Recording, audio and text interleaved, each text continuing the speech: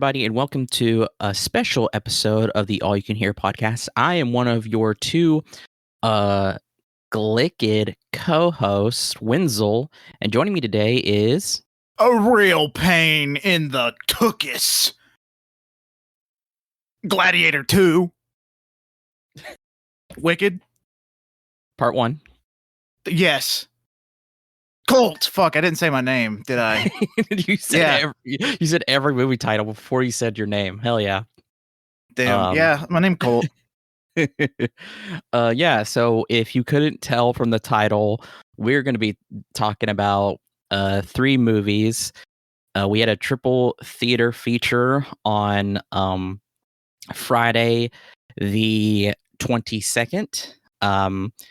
So if for some reason you've been living under a rock or something, that 22nd, possibly that night, for those who probably do know, whatever, the premiere of Wicked Part 1 and Gladiator 2 happened. And it got dubbed Glicked because it's a pretty big cinematic event. People have been comparing it to Barbenheimer, which is why they give it that name, because of the Barbie and Oppenheimer release dates or premieres that happened. And so we decided to partake because we've been interested. We just saw or we watched Gladiator, the first film, a couple of months ago, starring Russell Crowe. It was good. We enjoyed it quite a bit. When did it come out? 2000. 2000. So yeah, so it's been 24 years since then. Yep. And the sequel, I don't know if when he was writing it, if he thought 9/11 would happen, the original Gladiator. I'm just thinking, how different would that script be? Would Maximus be stopping the planes? I don't know. Well, there was those talks forever ago. I had forgotten about this literally until today, that that Gladiator originally, like the sequel, was going to involve like time travel of some sort. There was some weird stuff about that. Well, let me tell you, Gladiator 2 does not have time travel or anything. Sadly, I'm hoping the third one might have some time travel, because fucking old Scotty loves to make movies, even though he's like 400 years old, and he's already working on Gladiator 3 apparently. Yeah, it's pretty crazy. And then we watched Wicked Part 1, which is it is an adaptation of the musical, and fucking long. So the musical came out in 2003. It was adapted into a film, Wicked Part 1. It was so funny because for a while we didn't know it was Part 1 until Tanner or you, Colt, said it was a Part 1. But then I at some point said it was a Part 1, forgot that I said that, and was still surprised that it was a Part 1. Yeah, I told you that it was a Part 1 like a long time ago, and then I said it again, or you learned it again. You're like, "Did you know this is a Part 1?" I was like, "Yes, I told you." I was like, what's crazy too is that they still have it listed on Letterboxd and other places as just Wicked, which titled on screen it's Wicked Part 1. Just call it Wicked Part 1, just so, because it's gonna be Wicked Part 2.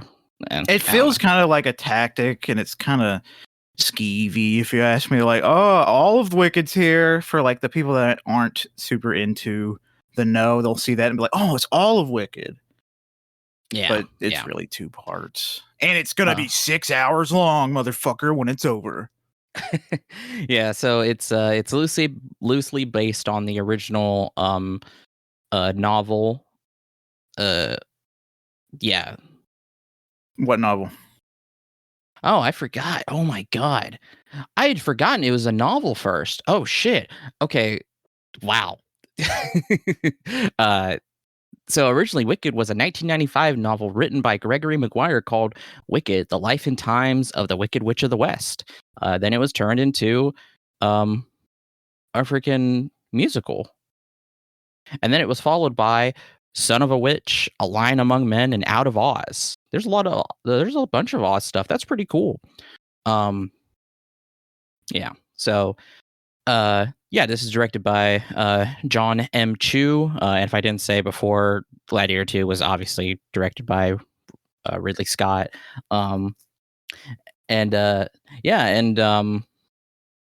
His directing history, not great. I will say that. Such great hits as Step Up 2, Step Up 3D, G.I. Joe Retaliation. But he does have Crazy Rich Asians. I haven't seen that. But the bad outweighs the good. I do want to see Crazy Rich Asians. So this is going to be this is going to be a pretty big event. We've been interested in it, like I said, because Gladiator is Gladiator. We've been interested in Ridley Scott's works. Obviously, we love a lot of his stuff. And then Wicked, just to preface, we didn't go in because we love wholeheartedly musicals or anything. Like, we're not like a bunch I of actually not strongly. I'm not a fan of musicals. I dislike them. I think they all sound the same in the end. So we're not like a bunch of like theater kids or anything like that. We were solely interested in this because if anybody's seen the trailers, I mean, for us, the world, the colors, the effects really captured our attention and our imagination. So we were like, we kind of want to see it. It looks like a pretty big like blockbuster epic, and also that really with 161 minute runtime. Jesus Christ, it was long. It was that's like 2 hours and 40 minutes. You really felt it too. There was no denying you felt it. You did feel it. Which I think Pat told us that's pretty much like the runtime for the musical itself, which is crazy. And then Gladiator 2 was 148 minutes, which is about 2 hours and 28 minutes. I will say I did not feel that one as much because the thing is, with the Wicked, it would have a song number for like 4 minutes, basically stating the same thing over and over again, not moving the story along. Well, Gladiator is just pretty much constantly moving along with people getting fucking murdered in brutal fucking ways. And I like a good man's man movie every now and then. Yeah, fair.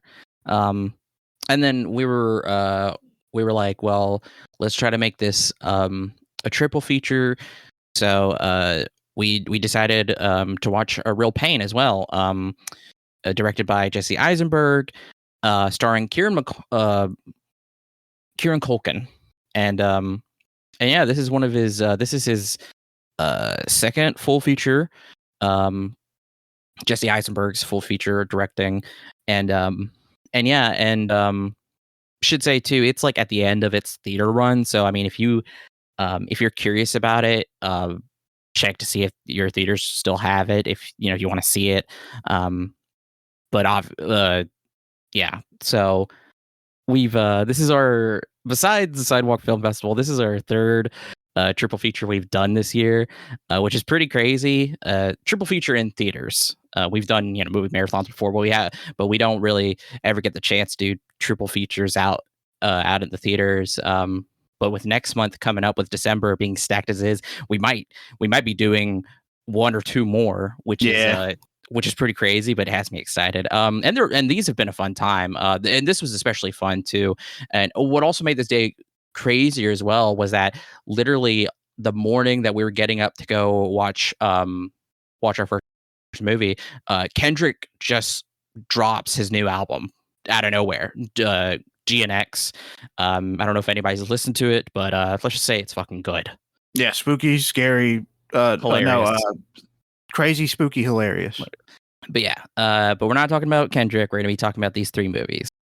And this is going to be different from our usual reviews and discussions, just because this is three films. Two of them are long as fucking hell, so we're just going to give you our just synopses and quick thoughts on them. And then I highly recommend, if you want to go check these films out yourself. There's going to be spoilers for these, and so if you don't want to listen to us spoil anything for you. Go check these films out for yourself. Decide for yourself. Form your own opinions, of course. And let's just get into it. So the first film we watched was Wicked, Part 1.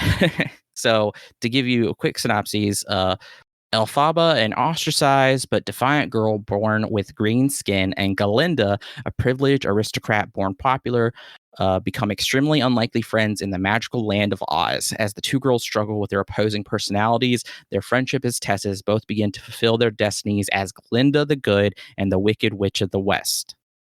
And then should say too, the budget was $150 million, and current box office right now is 164.2 million. So they're making their money back, and then we some. already knew they were making their money back, but they're definitely making their money back. So the Wicked of the Witch of the West, Elphaba is played by Cynthia Erivo.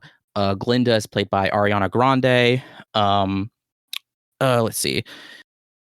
Jonathan Bailey plays Prince Fiero.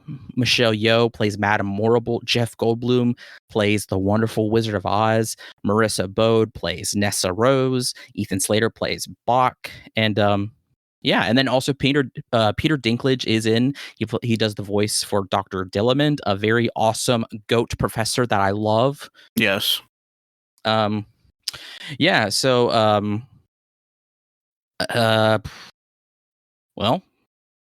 Well, what? I don't know. I guess that's it. All right. Do you have anything else? No. What do we think of it? I really don't have. I don't have any other details. I enjoyed it. I will say that just from the start, like at the beginning of the statement, I am not a musical person. Specifically, this kind of musical. I know it's not technically musicals, but for example, the only thing I can think up on top of my head is the Interstellar 5555 Daft Punk movie. I said, like a robot. And I really enjoy that. It's not technically a musical, but it's based around the music. But this movie, you felt the links because the songs were so plentiful and just repetitive.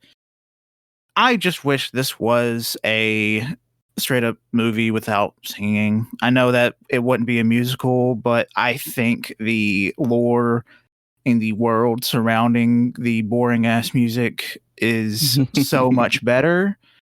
Like the animals, I'm so annoyed that they're a main part of the story. They're important to the story, but they are so underutilized and put to the side that it actively hurts it, in my opinion.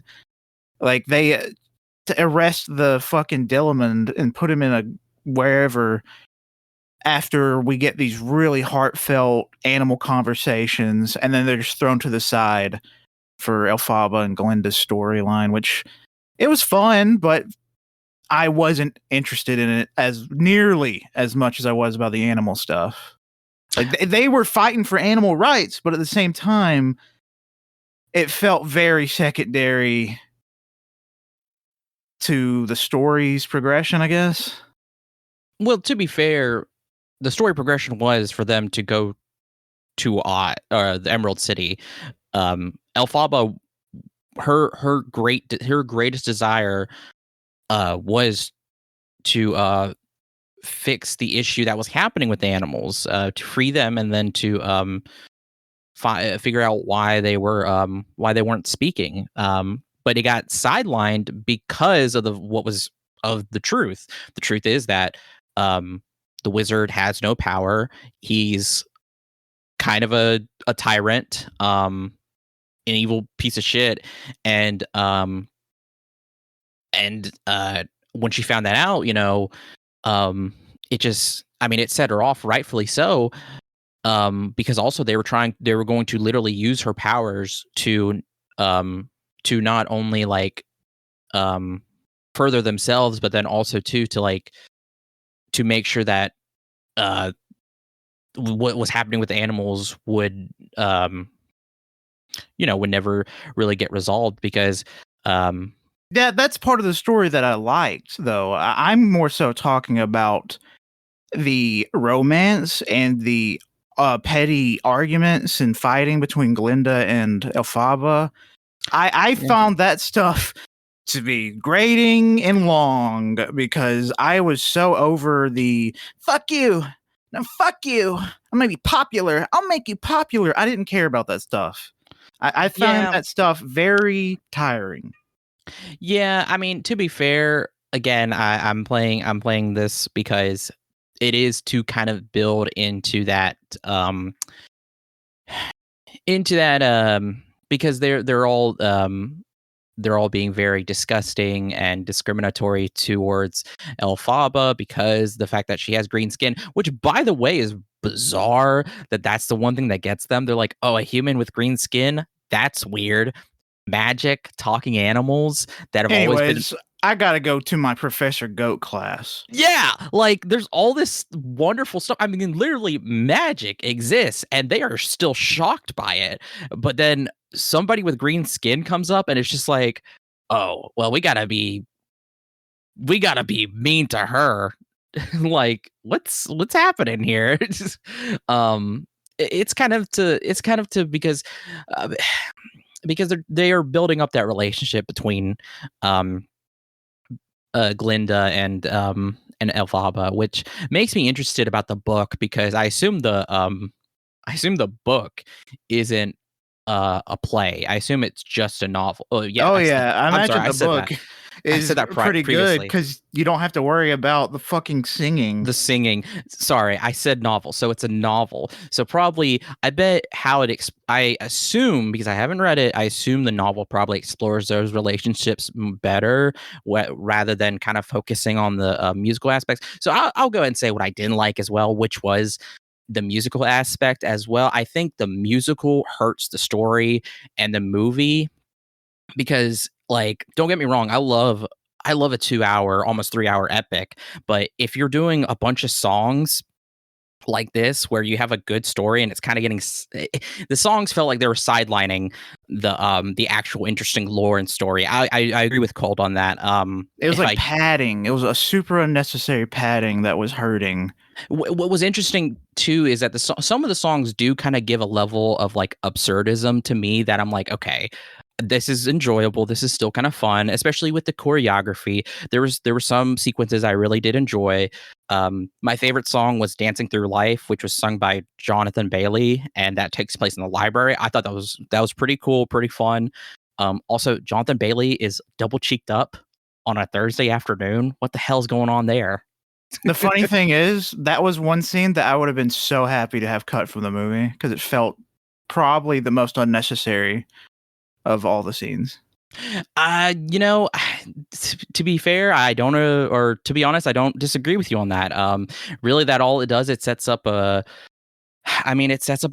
relationship with Glinda and Fiyero, but then also with Bach and Nessa Rose. Which also felt like Nessa and Bach were super unnecessary for the story. Like Nessa was like made out in the beginning of the movie to be a super important character because it's Elphaba's sister, but she is immediately thrown to the back, like forgotten about for most of the movie. Well, what's funny is that it's kind of crazy because every time I'm looking at Nessa Rose, I can only think about how she dies in Wizard of Oz. I don't even remember. It's been so long since I've seen Wizard of Oz. I'm so excited. I don't know why, because I was hoping you wouldn't remember just so I could shock your memory.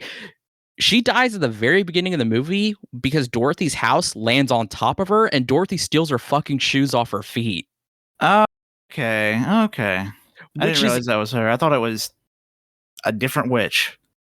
No, that's her. Like, and that's also why too her socks are striped and why there's a focus on her shoes, because when she dies, her socks are striped and she has these pretty red shoes. They weren't red. They were like diamond in Wicked. In Wicked, they were diamond. In Wizard of Oz, they were red. Which I know that. I assume she gets red shoes at some point, but from what I've seen, I don't know. I don't know what happens, but yeah, no. So it's just crazy because it's just like I don't know. And I say this too because Nessa Rose and Bach, because Bach is part of the Munchkin people or whatever, and whenever Dorothy lands, she lands in Munchkin land. So I assume Nessa Rose was in Munchkin land because she was with Bach for still though pretty brutal. Yeah. So I if I had to say any other songs I did like, I also liked I did like the Popular song. I thought that was pretty fun with Ariana Grande. Cynthia Erivo's singing is actually really good. She's probably got the best singing voice because she sounds the least like the musical like voice that you can get, because there is a musical singing voice that I do not like, and she kind of breaks free of it a little bit. Yeah. I did kind of enjoy A Sentimental Man with Jeff Goldblum. I thought that was just kind of fun. Defying Gravity, though, is like probably my second favorite song. And No One Mourns the Wicked, just because it's kind of a brutal song. But other than that, yeah, it's just kind of like it just really hurts it, in my opinion. And another thing, this isn't necessarily related to the movie, but it kind of is. The beginning marketing for this movie, where the picture of Ariana Grande and Cynthia Erivo recreating the classic musical poster, and it's a dog shit recreation. Whoever even attempted that, they cared about the identities of the actors more than maintaining the originality of the original, I guess. It just felt very bad, and a fan recreated it to be super accurate to the original, and it was really good. I enjoyed it. I thought it was better than the original, but the actress Cynthia Erivo dug into that person like crazy on their Instagram, saying like it was super offensive and deleting her identity, and it just felt like a whack in the face out of nowhere. I haven't kept up with it, so I really can't say anything about it. I think Cynthia Erivo probably needs some PR people to help her out, because it was, the original sucked. Let's be real. But now what did we like? I will say that I like we said, the story with the animals. I mean, the whole thing about the discrimination against the animals, because the animals like we get this really cool little scene where they had this kind of oh gosh, like a relief on a wall that gets cracked open and falls off, which shows a painting underneath of animal teachers, but they covered it up because slowly but surely they're trying to get animal teachers, animals in general, removed from a regular society.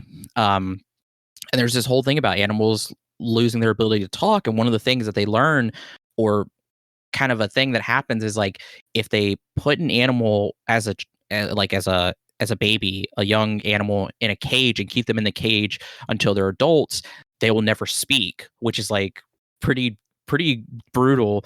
So like there's this whole underlying thing going on there. The world, like, I mean, the cinematography and the CGI looked genuinely pretty fucking cool. There was this opening sequence that we get with the flying monkeys that I thought was really sick, going across the different lands and stuff, where we even see the OG Wizard of Oz crew traveling the yellow brick road, going across the multicolored fields towards Munchkin Land. It was just this really cool sequence. Just all throughout the movie. Jeff Goldblum's giant robotic wizard head was super cool in the voice. Like that was the thing that we saw in the trailers that really caught my attention and gave me kind of like goosebumps of like, I kind of want to see this, because that robot head looks so menacing, and we know the wizard, so we know he's how fucked he is. But I didn't know anything about all this other stuff, which I find really interesting, and given this kind of background and humanizing this witch character. That I really enjoyed that, which is why I'm like, man, like the musical part, like it should have just been a straight story. And if they did do a part 2, I would watch it, you know? I'm very interested. I mean, I'm going to watch Wicked Part 2 just because I want to see how this goes, because this is an alternate kind of retelling of the Wizard of Oz. So yeah. Yeah, I agree. I do want to see the second one just to finish it and to see if something badass happens, because I'm kind of hoping so. Since this one was all set up to the fight, basically, I'm assuming it's going to have a fight because monkeys got wings. I don't know. I haven't seen the original. I don't know shit about the original. I mean, the original Wizard of Oz. I mean, Dorothy. Not that one. I'm talking the play. Oh, the Wicked. play. Oh yeah, I don't know. I don't know what's gonna happen. Gosh. I will say too. Pat said this because we were talking to Pat about this in the chat about how one of the criticisms of this movie is the fact that like these songs were sung in a musical way rather than done through a film way. Is that what he said? No, he said that they were sung in a traditional way, or like the normal singing, like a pop song instead of the musical way. Something like that. I can just look at it. It's right here in the chat. Give me a second. Yeah. So he said musical singing and regular singing are different, and these were musical songs sung like regular songs. Yeah. Which I definitely like. I definitely agree. It was definitely, I don't know. It was just so weird. It really, I don't know. It's fine, you know, obviously, because I did still very much enjoy it. I do enjoy musicals, I should say too. And then speaking of another thing that is musical, Steven Universe has a bunch of songs in it. And I love it. I love a ton of songs in there. A ton of songs I would put in my playlist. I will say Colt kind of gave this good Colt said after the movie, he was like, the songs were fun, but there's just nothing I would put in my playlist. And I agree. I was like, I just wouldn't. But like other stuff like Steven Universe, I mean, a bunch of their songs are in my playlist. And the thing is too, is like, it's like it's animated, you know, but it's still a musical. So I wonder like what's going on there with that. I don't know. It's just something I had in my mind of thinking about like about the musical aspect of some of these films and like doing that and like how that can be off-putting or even kind of take you out of a movie. But then you have like animated stuff, which is like can still be for children, but also mature, that has musical aspects that are very, very good. So that's just something I was just thinking about. If I had to categorize the music, I'd have to put it. I guess I'd put it in like the pop music, as in like it'd be playing all the pop channels for the equivalent of a musical channel, I guess. It just felt like kind of soulless personally. It's not for me. It just like there's like some pop music that I really like. I like some pop music, but I heavily dislike most of it. It just the stuff that'd be on the radio. It's not for me. I mean, you know, I can definitely I think I don't want to say a lot of us can agree, but I can say that probably a lot of people maybe listening can agree, or I don't know. I'm not gonna hold on. Let me think about how I want to word this, because I don't want to. It's normie music. It's normie. It's I think a lot of people listening, and including myself, can agree that like stuff on the radio is definitely meant to be just kind of quick, like poppy stuff to put out on there, you know. But it's still what the majority of people listen to. It is, and I think you know, we're gonna sound like those kids, obviously, who are like, you know, oh, I don't listen to that stuff or whatever. I'm cool, but I'm not cool. You know, like that's, but like, but it's kind of true with what they put out on the radio. I mean, it's just, you know, just quick stuff that's digestible. And I definitely see what you're saying with this, because I mean, Wicked was popular. It was so popular, in fact, that they made a fucking movie. so yeah, I definitely agree with you, especially with Ariana Grande in there. I mean, that was like, she's a pop star, so so totally understandable. I guess to give just our final ratings, personally, I did go 4 out of 5 stars. I did enjoy it. I really liked the story and the world and universe. It made me want to explore actually the Wizard of Oz.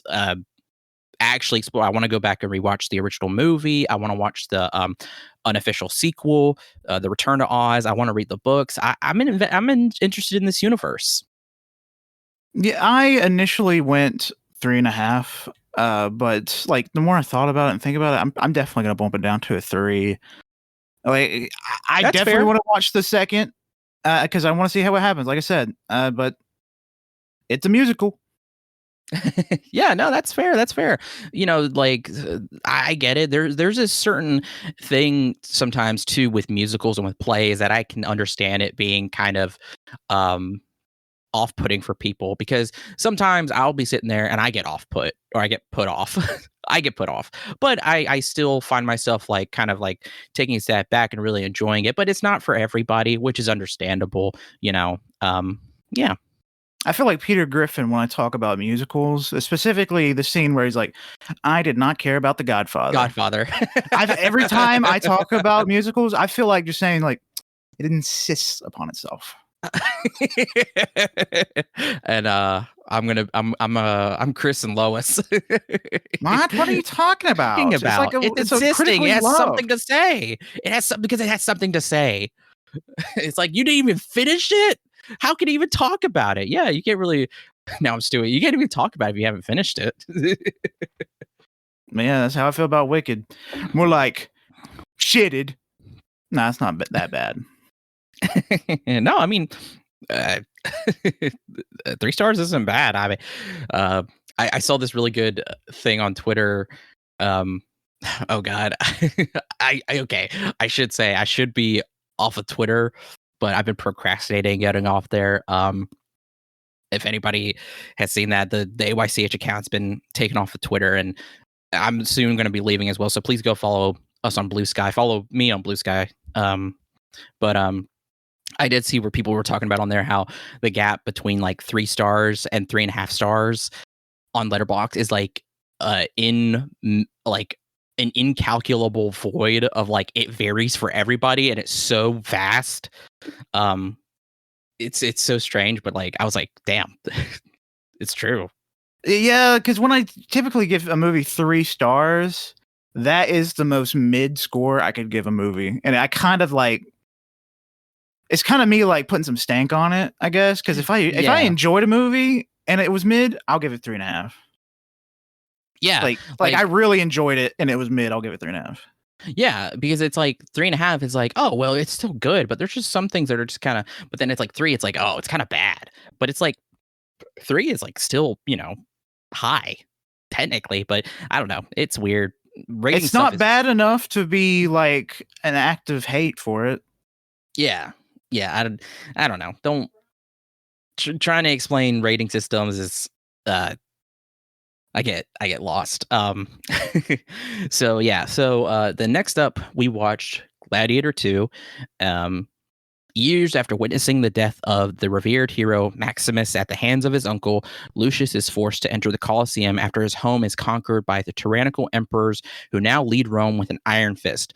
With rage in his heart and the future of the empire at stake, Lucius must look to his past to find strength and honor to return the glory of Rome to its people. Lucius is played by Paul Mescal. Denzel Washington plays Macrinus. Pedro Pascal plays General Acacius. Connie Nielsen returns as Lucilla. Joseph Quinn plays Emperor Gita. Fred Hedchinker plays Emperor Caracalla. And there's another. Huh? What? Who plays Dondus? They're not really credited. Colt. What the fuck? Oh, they got the fucking. I didn't realize Rory McCann. He's a famous Game of Thrones dude. Fuck, I can't remember what. Clegane, the Hound from Game of Thrones. I didn't realize he was the main guard to the emperors, basically. That's more so that's more so for the Game of Thrones heads. Oh, he plays Tigula, the leader of the Praetorian Guard. Yeah, and then also to Derek Jacobi returns as Gracchus. So yeah, those are funny old man. Funny. It's because he dies weird. Oh, yeah. Okay. No third movie for him. So I should go ahead and start by saying there is a lot of controversy surrounding this film. So first off, whenever this film starts off with its opening sequence, it's this hand painted retelling basically of the first film.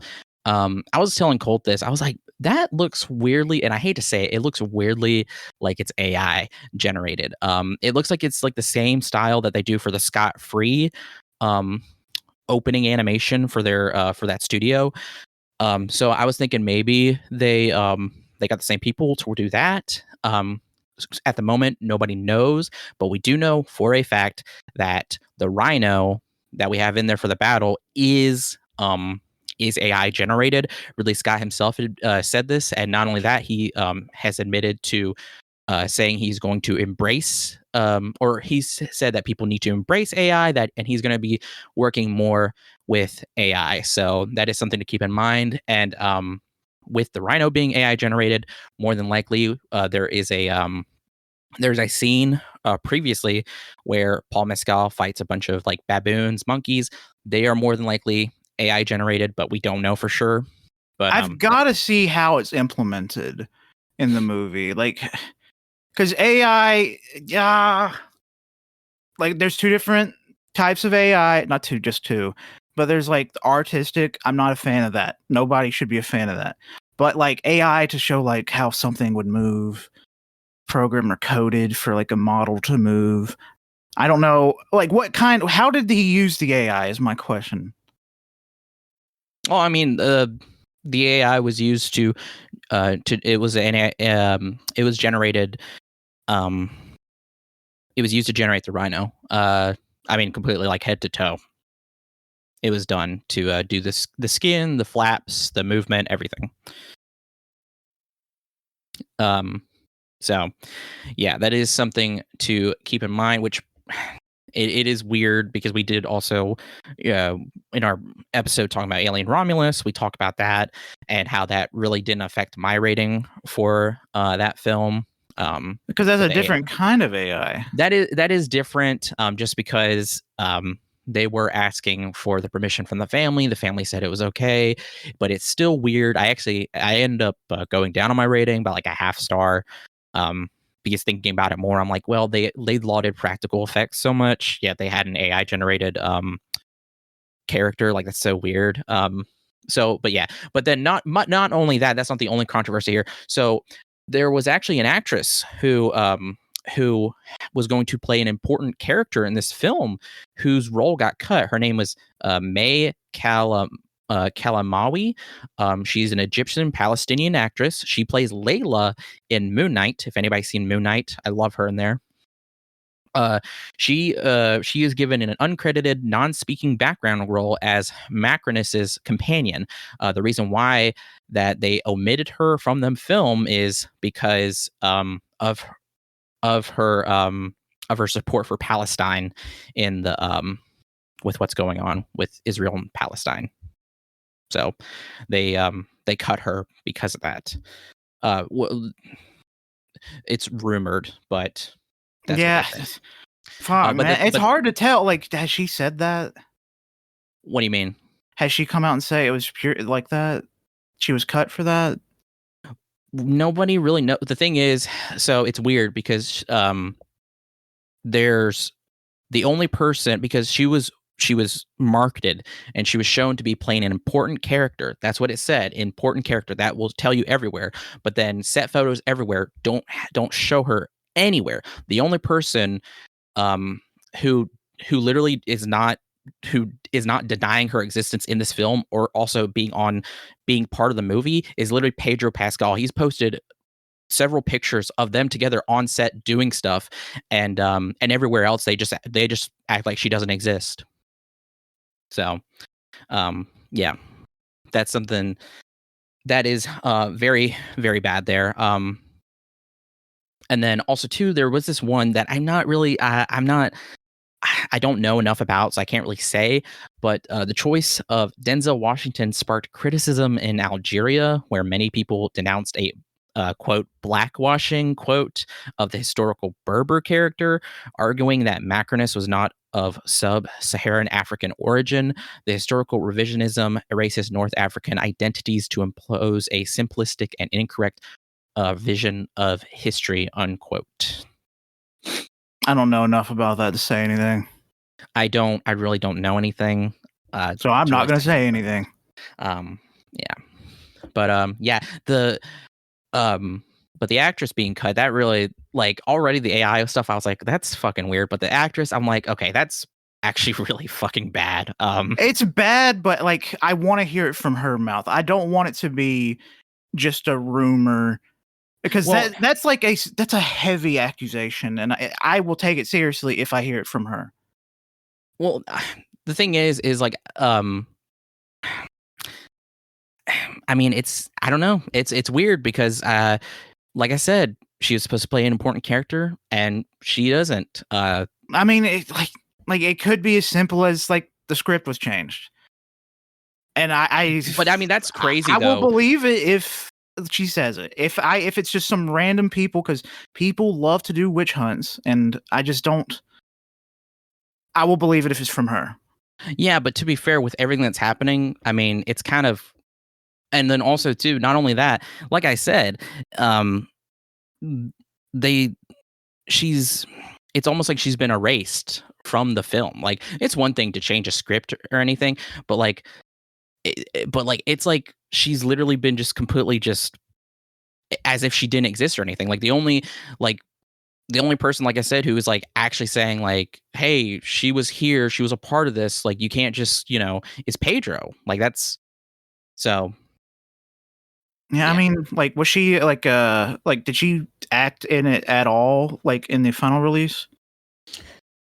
No, she was they changed her to, like I said, they changed her to a non-speaking background role, just as Macronus's companion. That's it. That's all they did with her. It could be. I hate to say it, but it still could have been a script change. She got paid for the role, but if it is, like you said, just because she's Palestinian and outward speaking, that is bad. Yeah, I mean, like I said, I honestly, with how Ridley Scott's being with like just stuff recently, I wouldn't put it past them. So I'm just kind of not liking this. But to talk about other things though, I didn't realize that this is actually based on some historical stuff. Like Emperor Gita and Caracalla were twin, or were joint twin brother emperors. Those were actually real emperors. Lucilla was an actual. She's based on Lucilla, Connie Nielsen. She was the actual daughter of Marcus Aurelius. And then like I was talking about earlier, Macronus. I don't know anything, but Macronus was apparently a real historical figure as well. So it's pretty crazy. I didn't get the chance to look up to see if Caracalla had appointed the first consul to be his pet monkey, or his pet monkey to be the first consul. I don't know if that was true. I hope it's true, because that's awesome. Let me go. I'm on his wiki right now. I'm gonna type in monkey. No, let me type in Dondas. No, it's looking not good. But if it was true, it'd be awesome. So if it was true, it'd be awesome. I'm gonna choose to believe it was true, so it is awesome. Dondas is real in my head. No pushback. I'm not a push back against that. I'm just looking really quickly. Huh. There's an Acacius of Caesarea, who's a Christian bishop. But that was a different time, I think. Yeah. But anyway, now let's just get into talking about the film. I mean, it's much longer than the first film. Its budget was huge, 210 to possibly 310 million dollars.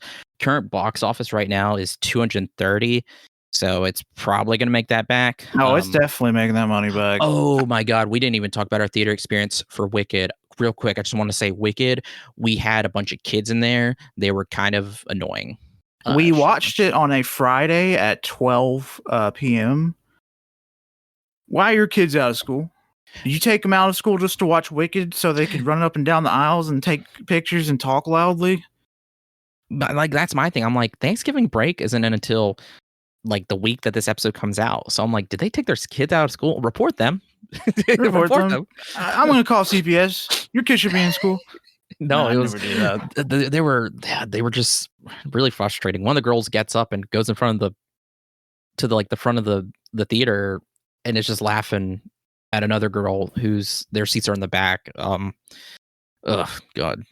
Yeah, no. Oh, yeah, there were so many just white girls in pajamas there too. Oh my god, white women, you make me so uncomfortable just because they're so scary. They were everywhere. It was a horror fest. Yep. And then what made Gladiator funny is because we go from young white women on a Friday noon to a bunch of Jersey dads for Gladiator. It was like Jersey grandpas, but they were definitely dads because they're grandpas.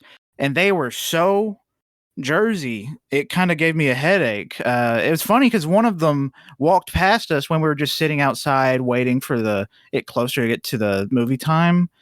And he walked by, he's like, "Gentlemen." Or he said it in an accent. He said, I can't even, how does a Jersey person say gentleman? He was gentleman. Like no, that's not no, it was like a gentleman. No shit. Gentleman. Hey, gentleman. Like that, kind of like that, I guess. Something like that. If somebody from Jersey can say gentleman for us real quick, we'll wait. Gentlemen. Oh. No, it was yeah, and you know he's from Jersey because he's fucking loud as shit. Because right as he passes us, he's talking to a friend, and his friend's like, "Yeah, we're in this theater." Yeah, immediately they start talking to their wives, and they're just so loud. I'm like, oh my god, dude. I don't know what's worse. What's worse, being around a bunch of hicks or a bunch of guys from Jersey? I'm gonna say Jersey. I don't know. I don't know. I feel like the Jersey guys. Well, it's two different kinds of racism. I don't know. But no, and then during the previews, it was so funny because like almost every movie that me and Colt are interested in, or actually looks pretty, good, they were just like, I don't care about that. I don't want to see that. Like whenever the trailer for a Better Man, the biopic about Robbie Williams comes on, whenever the trailer gets done, he's like, now that's crossing the line. Because that's crossing the line. Because they're portraying him as an ape. And then Craven trailer comes on and he's like, nah, like one of the wives is like, what do you think about that? And he's like, that looks bad. I don't care. But then the one movie that looks kind of just okay, he's like, I want to see that. It's just the taste of a middle-aged man is unrivaled because they are passionate about the things they hate and love in a way that is not found in any other species. Yeah, I don't get it because most of these movies look pretty action-packed, so I don't really understand his taste. Mickey 17 is like, it looks interesting, I guess. It looks interesting, I guess. I don't know. Like, it was just like, all right. But yeah, so to get into the movie finally, it was it was brutal. Ridley Scott, he doesn't shy away from it. He's never shied away from. That's my favorite thing about Ridley Scott. Actually, I think he's gotten better with violence as he's aged. I guess like the fear of death has made him realize I need everything to be horrible.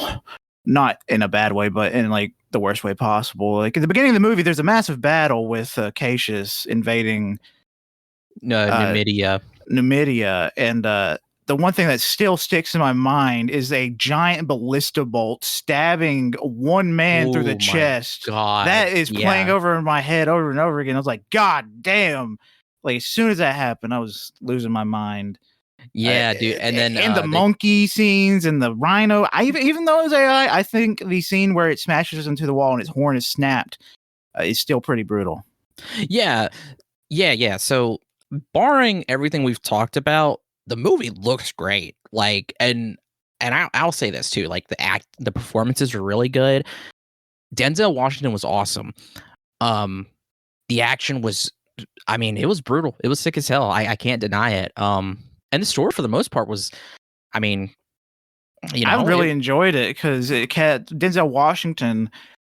He was just evil for not evil sense because he does have a reason behind being the slave of Marcus Aurelius, but like just the whole fact he's like willing to just like have an infinite amount of people die just to get his revenge was really fucking sick. It was pretty brutal. Him working his way up like the ladder to get his way to the throne was, I mean, it was pretty awesome. There's this really good line too, where he this other kind of like politician he keeps making bets with, and the politician is basically like in debt to Macronus, and he's like, I own your house.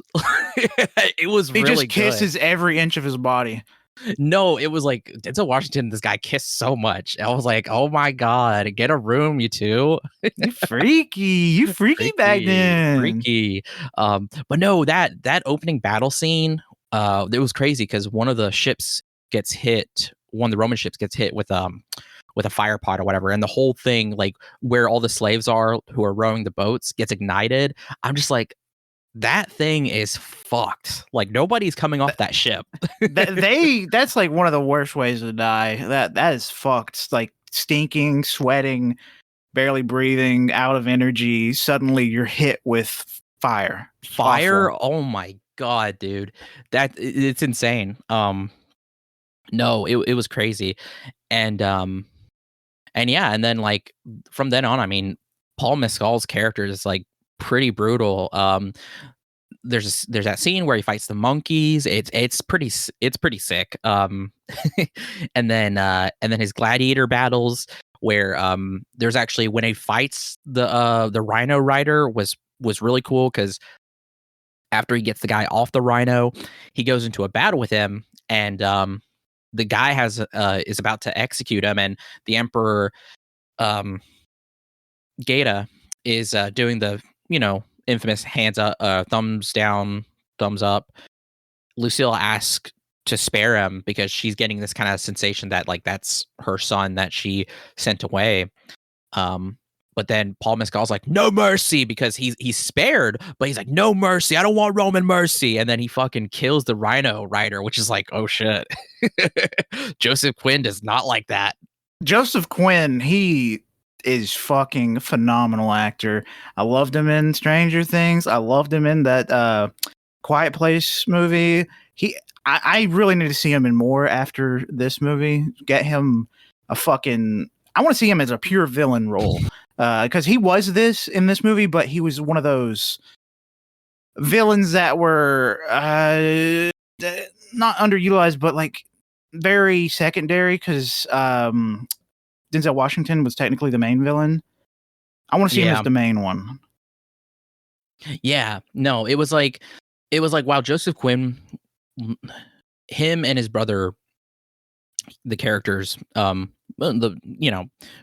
Joseph Quinn, his performance was really good, but like you said, he was kind of not necessarily sidelined, but it was kind of overshadowed by Denzel Washington's performance as a villain. And because there's like these little moments here and there of like Geta being kind of like it's kind of like he's the emperor, but it's like power is kind of like being constantly taken from him in a way, and you can see he's very frustrated about it, and like at any point he could kind of like pop and like take the power back, but like because he's unhinged. And then Caracalla is way more, the sickness from his loins is destroying his brain. That's a line. That's actually an actual line. Because Caracalla does kill his brother at the with the help of Macrinus, and he appoints his first consul to be his pet monkey, Dondas. Dondas is a king. He is now the new emperor after the end of Gladiator 2, because hey, every single person that was the emperor or in line to be emperor is fucking dead. So our main character was Paul Mescal. He's going to have to kill Dondas, and I don't know if he's going to be able to do it. Yeah, the Praetorian Guard might not allow that. So, yeah, no, and Paul Mescal's performance is very good. I like him. Oh man, I don't really think I've seen him in anything. And I think this might be my first time seeing him in something. Because he was in another movie, All of Us Strangers. All of Us Strangers. I know After Sun. After Sun. I know he was like the huge for him. After Sun. I really want to see both of those. Yeah. So I thought he was good. I really enjoyed him talking, or when he reveals that he is the Prince of Rome. I thought that was very cool.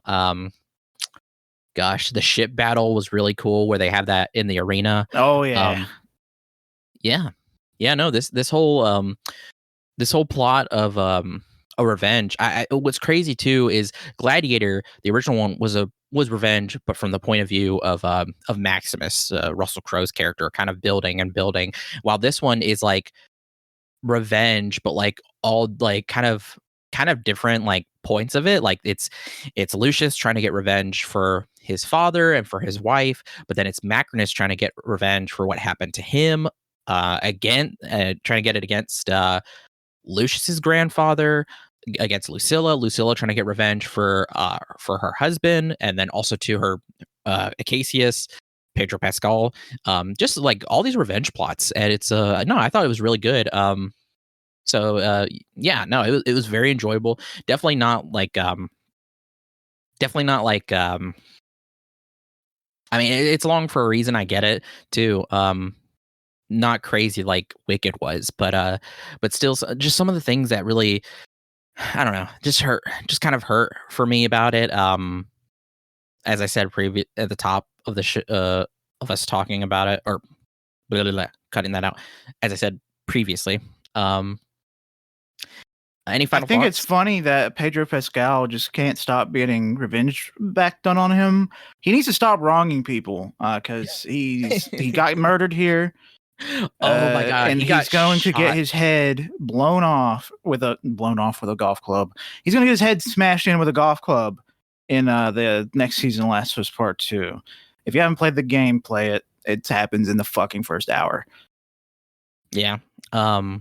Yeah, no, Pedro Pascal got lit up with fucking arrows. It was kind of crazy. I think they killed him. I'll say it. I think killed him. I don't know how he's going to be able to be in any other movies from now, unless they just Ferris Bueller his ass. Not Ferris Bueller. What is that movie where they play with the body? Oh gosh, we've joked about it so many times, and so many times. Fuck it, whatever. It's that movie from the 80s. That movie where there's that dead body and they're fucking. They got the sunglasses on them and shit. They're carrying him around and shit. That's what they're gonna do to Pedro Pascal. Yeah. Yeah. Any more final thoughts? Anything else you had to say? Oh yeah, I fucking love this movie. I'm a huge Ridley Scott fan. Even though he has some like bad takes when it comes to AI, I do have faith in his vision when it comes to actual work that he works with instead of AI shit. Because he's very talented. People are weak-minded and need to come to the fact that his best movies are some of his movies later in his life, specifically The Covenant and Prometheus. I'm sorry, it's just the facts.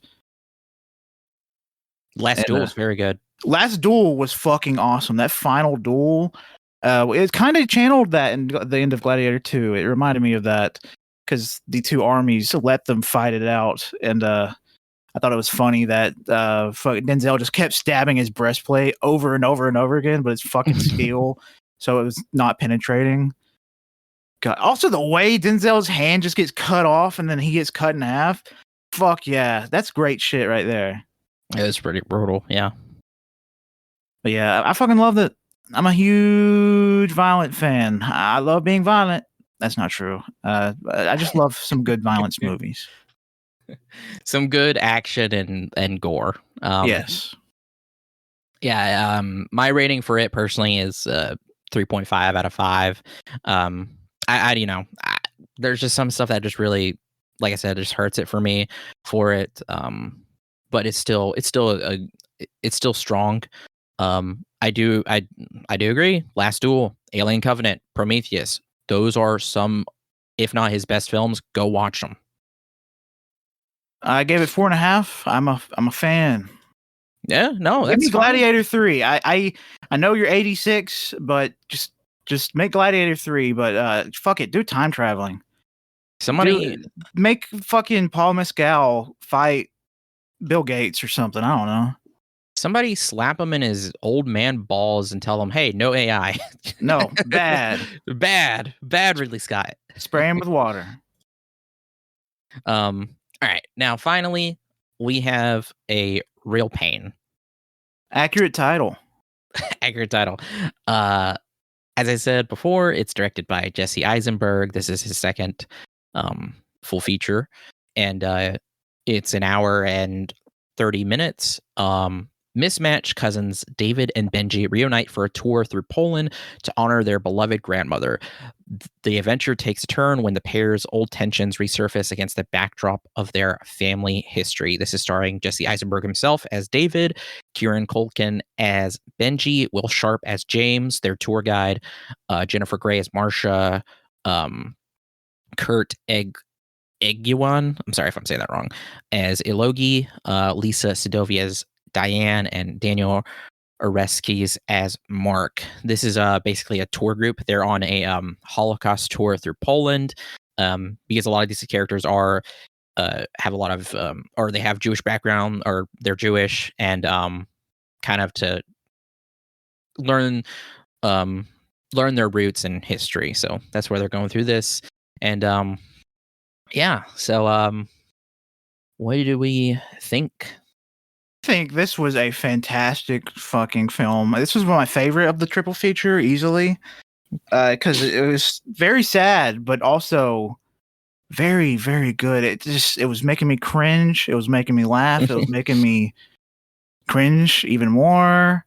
Also, this is a random statement. I feel like Jesse Eisenberg is like incredibly boring in real life. I feel like he's a very normal dude. He's like the image of SpongeBob where he's all smoothed out. That's what I feel like he is in real life. Yeah, I can see that. I should say too, the box office for this was 4.8 million. I don't know the budget. No, nothing's really telling me about the budget that. Doesn't matter. Jesse Eisenberg and all these people involved are rich as shit, and it's fine. But yeah, no, like Colt said, it's my favorite as well. This is very good. It was just so crazy. Like Kieran's performance was incredible. The pain part, because there were so many moments where he had us like just cringing and in so much pain because his character is like so back and forth. Like they say in the film itself, like Benji is so charming, but then he just flips and it's like he's just such a dick and such an asshole, and it's like giving me flashbacks of like real life people, because he'll like just his mannerisms and then the way he like moves through things. I'm like, fuck, dude, this is so crazy. Like this is an actual person that like, or like amalgamation of several people like we know. It was just crazy. And then It just stressing me out in the way he like moved and went through life. yeah, Just the whole fucking train scene where he's like, don't you think it's like real fucking shitty for us to be in first class? Like, we're going to a fucking Nazi camp, and we're going first class. Like, we're better than everyone else back there. I was just like, oh my God, dude, this is not the time, or this is nothing. Why are you doing this? You paid for this. that's the thing. It was so crazy because he brings this up of this kind of like it's weird because they're in a train and they're in first class and they're going to these sites, and because they don't go to a concentration camp until later. They take a van, but still, like, obviously you get the implication here. It's a Holocaust tour, so yeah, it's a they're going Holocaust tour. to all these places, and the character of James, the tour guide, is like very kind of patient with him. It's very you feel so bad for him. But yeah, he just has this freak out, and then there's one that's like even just what the fuck, because they're at a cemetery, and I hate this. And the tour guide is talking to one of the other people, and they're both kind of like, the tour guide, because he went to school and like he's been doing this for like 5 years. Like, this is like he found this so fascinating, so interesting, so he kind of wanted to do this, and like, yeah.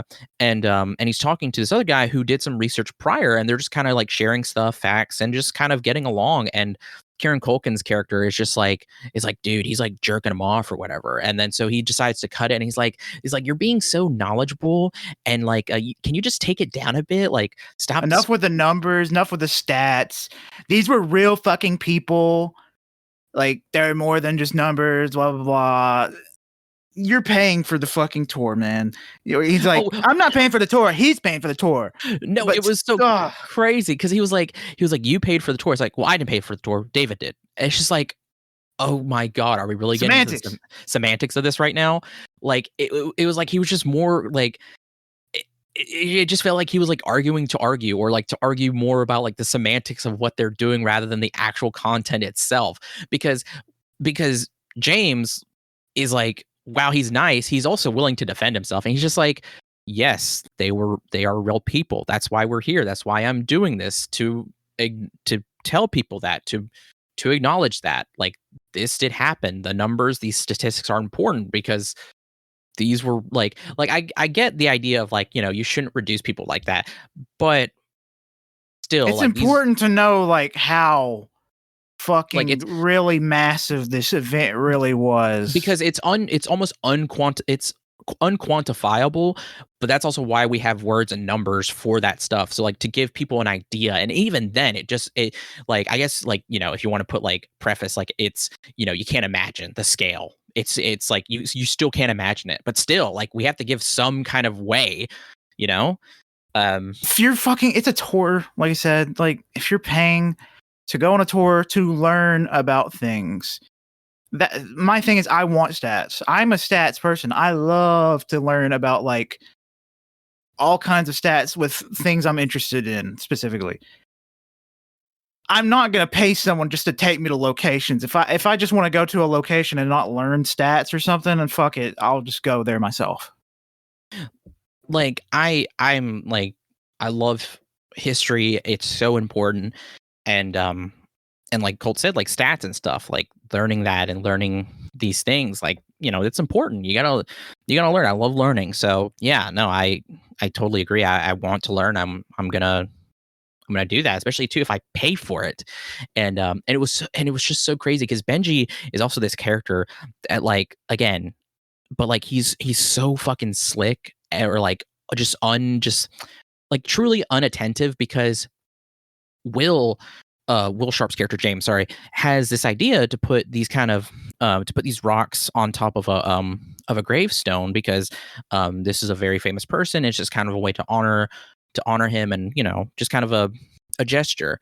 And this was his idea, but then Benji kind of taking over a little bit, like, tells people that they're going to do this, and everybody thinks it's Benji's idea. And it's like this quick thing that just happens and nobody addresses it. And Benji does this again, or he does this prior in the movie whenever him and Jesse Eisenberg are sitting down in the airport, and David brings this little snack that his wife made him, and he's like, hey, Benji, you want some of these some of my snack or whatever. He's like, yeah, sure. So he just starts eating, and then he hands it back to David to look over a map, and he's just like, hey, here's a snack, you can have some if you want some, what's mine is yours.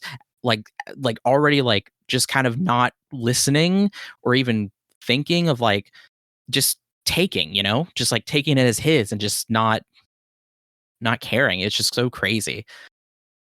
And there's a really good breakdown scene of David with Jesse Eisenberg where he's having this kind of like just emotional dumping in the restaurant, and it's really good because he's getting so flustered and he's repeating himself, and it's just like, damn, man.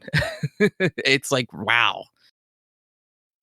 It's very good. And the one thing that was killing me was the end of the movie. Not that it's a bad ending, it's just that his behavior, it doesn't end in a way that is reassuring or comfortable. It ends in kind of the way it started, where you are frustrated at this guy and still worried about him. And that's, I guess it's just showing you how Jesse Eisenberg's character feels at the end of the movie. No, you like right on the nose. That's what I was gonna say. It's literally starts and ends the same way, and in a kind of a real way, because I mean, they address the fact that, like, they're cousins. Whenever they were younger, they were so close. I mean, it's like the same thing, kind of like, I wouldn't say it's exactly similar experience, but when I was younger, I mean, when me and all my cousins were still kids, we hung out a lot. I mean, there were so many times where we visited them, we went on vacation, so many interactions. But then, at a certain point when I mean, I'm the youngest out of my cousins, so like when everybody got older, got jobs, got married, had children, it's like that just stopped happening. And it was like, I mean, they say that, like, David gets a job, has a wife, has a kid. Benji doesn't have that, and like that kind of that distance, and of kind of addressing that, like, that probably it ends, or it starts and ends the same way. And there, there's really kind of ambiguous, like, are they gonna reconnect in some ways, or are they gonna, like, is something gonna happen, or like, are they gonna keep up a better relationship? And quite possibly not. Nobody knows. It's a really sad movie. Yeah, it's very sad. There's some funny moments, but for the most part, it's sad. And I mean, it's it's a movie about pain. I mean, gosh, there's this really good sequence where James is narrating different like current, like, modern day, like, locations. Like, there's just these still image, not still, but like footage, and it's like it goes through, and like he'll name what this place was. And it was just very, like, uh very quiet and very beautiful. Really, I mean, really gorgeous movie too. Just so many good shots of of Poland. Yeah. It made me want to go to Europe. I would love to visit Europe one day. Like, this area of Europe is just so beautiful and like picturesque, but it's also peppered with horror. Thanks to the Holocaust of recently. But like, even ancient history or older history, I just love to go and experience Europe once. I'd even like to go on like, feels like the wrong word. I'm interested in going on a tour related to the Holocaust too. No, yeah, no. I mean, just kind of no, I see what you're saying. Just kind of go through history, because, as like you said, there is horror in Eastern Europe. I mean, most of Europe, that horror from World War II, and then through the Cold War with the Soviet Union cutting Europe in half. I mean, there's just so much. And then, at the same time too, like, there is just as much horror as there is beauty, and you wanting to see that because you can take in both, and they do that, which I recommend anybody if you're kind of going through this these tours or through these like moments in history, obviously take the time to take in the beauty and the love as well. Just something to keep in mind. Yeah, no, I agree. I definitely like, gosh, there's a lot. There's a lot to do, a lot to see. But yeah, no, this movie is incredible. I gave it a 4.5 out of 5. I loved it. I thought it was great. I gave it 4.5 out of 5 as well. I loved it. I really enjoyed it. I think Jesse Eisenberg is a great director, and I do look forward to more of his work if he plans on doing so. Yeah, I mean, there's been a lot of roles that he's done that I've really enjoyed him in too. So I'm definitely interested. Yeah. Well, I guess that's it for this episode. Any final thoughts or anything to say? I'm gonna get wicked on the toilet and play some Gladiator with my balls, and it's gonna be a real pain to wipe. Yep. The stench. Stinky. Yep. All right. Yeah. Gosh. Also, too, like we went there, like we said, on a Friday, and we had forgotten, or we didn't know. It got so busy because like there was like some kind of Christmas thing happening. There's a lighting of a tree or something for Christmas, and there was like these like girls in like these outfits, and I don't know. It was just There's too much going on. Too much going on. Stressing us out because every time we go to the theater over there, it's the most like it'll get pretty busy, but it's not like fill up the parking lot busy. But it felt like they were invading on our time at the theaters, and it was very scary.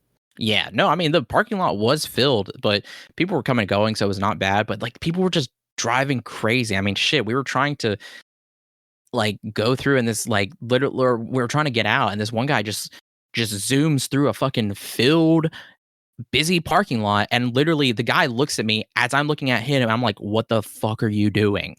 Like I'm like gesturing, I'm like dude, like Jesus, man. And then someone parks with their brights on, just blasting us while we're trying to eat.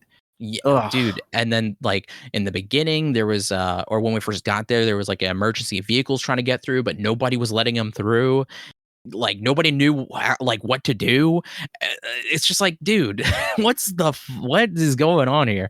But yeah, no, it was a great time. It was a yeah, fun triple feature, I think. All right, so I had to record these plugs separately because at the time of when we were recording this episode, I was very, very tired. So thank you for listening. We're the All You Can Hear podcast. You can find us on SoundCloud, Spotify, Apple Podcasts, Overcast, and YouTube. Follow us on Bluesky at aychpodcast.bsky.social. Currently, at the time of this episode releasing, we are at 89 followers. If we reach 90 before the end of the month, that's a lot of time added to the Elden Ring stream that Tanner is going to have to do. So please give us a follow. We really appreciate it, and I honestly can't believe that we're almost to 100. If we can get to 100 before the end of the month, that'd be great. If we can get to 100 before the end of the year, that would be incredible. So again, thank you so much. We really appreciate it. We're very excited though to do the Elden Ring stream. We think that'll be a lot of fun. Follow us on TikTok at AYCH Podcast, where I do snack reviews. We've done a few movie reviews, and we've done a few small like unboxings and stuff. So check those out. Follow us on Instagram at AYCH Podcasts. Follow us on twitch.tv/AllYouCanHear, where we are starting to get back into streaming. Obviously, we'll be doing the Elden Ring stream on there, so please go follow us. And all the VODs from our Twitch streams are on our YouTube, including our podcast episodes, including the instruction booklets VODs as well on YouTube at AllYouCanHear. And lastly, you can follow me, Wenzel, on Bluesky, Threads, and my art Instagram as World of Wenzel. Recently, also too, I have changed the name of my Bookstagram from Wenzel Banters to Wenzel's Essentials. I won't give away anything too much about that, but there is a reason, so stay tuned. And you can, and my link tree has links for everything, including my Goodreads, Letterbox, and music board. I am also recording this at 12 a.m. and I am also very tired again. I don't know why I did this to myself, but yeah, thank you. My name is Colt. Follow me on Twitter at Colt D. No, fuck. No Twitter. I'm going to be deleting my Twitter soon. I don't know when. I'm waiting to feel more comfortable about deleting my Twitter, which honestly I don't think it'll be around after Christmas. I'm gonna go ahead and say that. But follow me on Bluesky at ColtD99. That I'm comfortable. I'm 100% staying on Bluesky. It's popping off. If you're not already on there, I highly recommend it. It is very reminiscent of old Twitter, and you can block people. Super great. They can't see your shit. Also, I'm just generally happier when I'm on there, and I just don't get fucking force-fed crypto ads. That's another nice thing. But yeah. All right. Well, thanks for listening. I love you.